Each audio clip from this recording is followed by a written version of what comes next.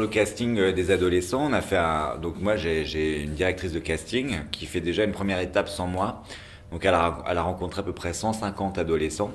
Ce qui paraît beaucoup comme ça, mais ce qui ne l'est pas tant que ça pour un film, surtout qu'on avait quand même 12 rôles, même 13 rôles à pourvoir. Euh, donc du coup, on ne sait pas du tout, parce que sur des films, ça peut monter à 900, 1000 enfants, ça peut être très important. Mais nous, on s'est pas du tout aventuré dans du casting sauvage, c'est-à-dire d'aller vraiment à la sortie des lycées ou dans la rue et tout ça, parce que les rôles étaient quand même très complexes et il y avait vraiment de la composition à faire, quoi. Il y avait vraiment un vrai travail d'acteur à faire, donc on a casté que des jeunes qui étaient soit en agence, soit qui avaient déjà eu de l'expérience, qu'on avait vu nous au cinéma ou dans des téléfilms ou dans des courts-métrages.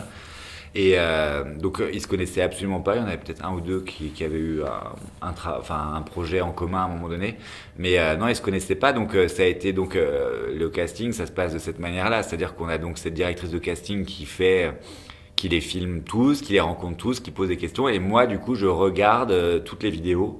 Elle me fait une présélection aussi déjà en me disant bon, lui ça ne va pas par exemple, ou elle c'est trop faible. Moi je regarde et du coup après on fait ce qu'on appelle les callbacks, c'est-à-dire que moi du coup on refait un casting mais là où je suis présent, et du coup là vraiment on leur fait jouer des scènes du film. Généralement moi j'aime bien réécrire d'autres scènes parce que comme ça on n'épuise pas les scènes, qu'on n'ait pas un sentiment de redite par rapport au film.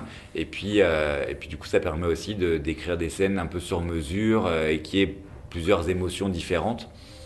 Et donc voilà, donc bon, une fois, moi, sur les six, sur les six principaux, mon choix a été très rapide.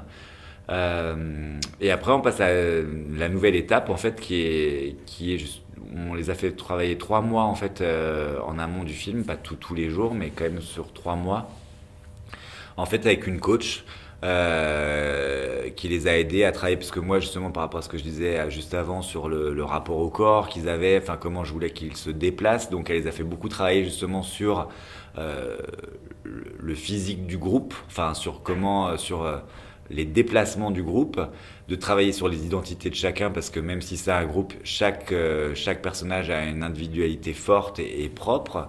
Le travail aussi sur les répétitions de baston aussi, enfin de bagarres, des risques que les enfants doivent prendre dans le film. Sur les répétitions aussi sur les chansons, enfin ils avaient vraiment beaucoup de travail.